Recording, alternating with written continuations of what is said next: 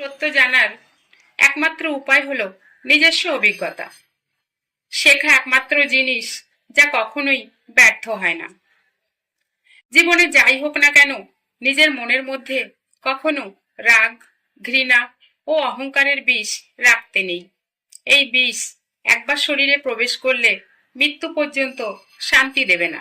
এটা কখনো বলো না তুমি যা চেয়েছো ঈশ্বর তোমায় দেয়নি, কারণ তিনি তোমায় সর্বক্ষমতা প্রদান করেছেন তোমার নিজের সমস্ত প্রয়োজন পূর্ণ করার জন্য। তুমি নিজে অসফল তোমার কর্মের জন্য।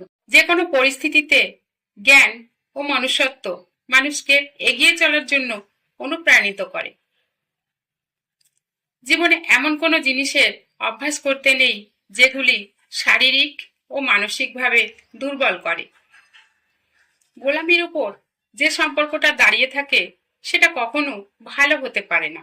অপরের দোষ ত্রুটি দেখে বেড়ানো আমাদের কাজ নয়, এতে আমাদের কোনো উপকার হয় না, এমনকি ওইগুলির সম্বন্ধে চিন্তাও যেন না করি। সৎ চিন্তা করাই আমাদের উচিত। অন্যের দোষ বিচার করার জন্য আমরা পৃথিবীতে আসিনি, সৎ হওয়াই আমাদের কর্তব্য। উঠে দাঁড়ান, সাহসী হন এবং দোষ নিজের কাঁধে নিন। অন্যের দিকে কাদা ছুটতে যাবেন না। আপনি যে সমস্ত দোষে ভুগছেন তার জন্য আপনিই একমাত্র কারণ।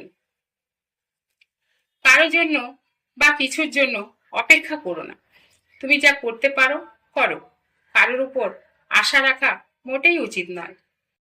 জীবন হলো ভালো এবং মন্দ শক্তির মধ্যে একটি অবিরাম সংগ্রাম, এবং বিজয় তার কাছে যায় যে ধৈর্য এবং বিশ্বাসের সাথে অধ্যবসায় করে।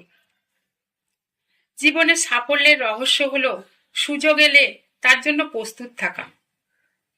ভদ্র ভাষা আর নম্র ব্যবহার করলে মূর্খরা ভাবে লোকটি দুর্বল, কিন্তু আসলে তারা জানে না এই গুণটি অর্জন করা কত কঠিন। আহার করো পরিমিত, ধ্যান করো নিয়মিত, বই পড়ো মনোযোগ দিয়ে, চিন্তা করো গভীরভাবে, পরিকল্পনা করো দূরদৃষ্টির সাথে। তর্কে নয়, দূরত্ব বাড়িয়ে গুরুত্ব বোঝানোর চেষ্টা করুন।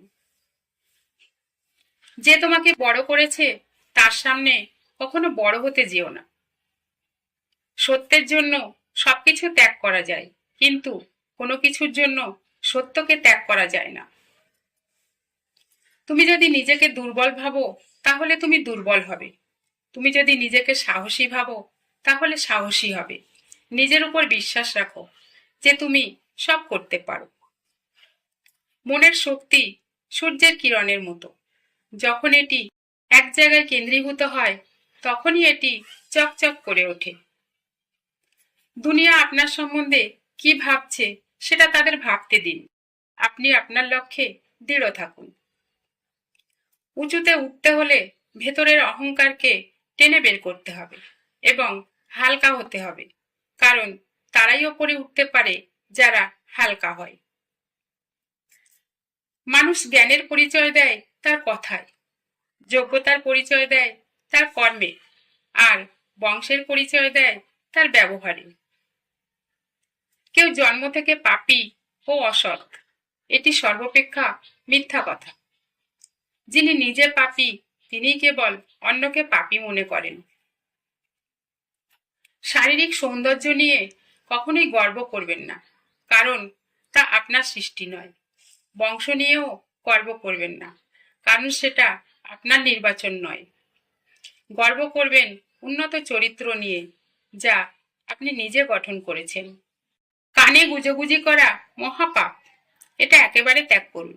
মনে অনেক জিনিস আসে, তা বলতে গেলেই ক্রমে তিল থেকে তাল হয়ে দাঁড়ায়, গিলে ফেললেই ফুরিয়ে যায়।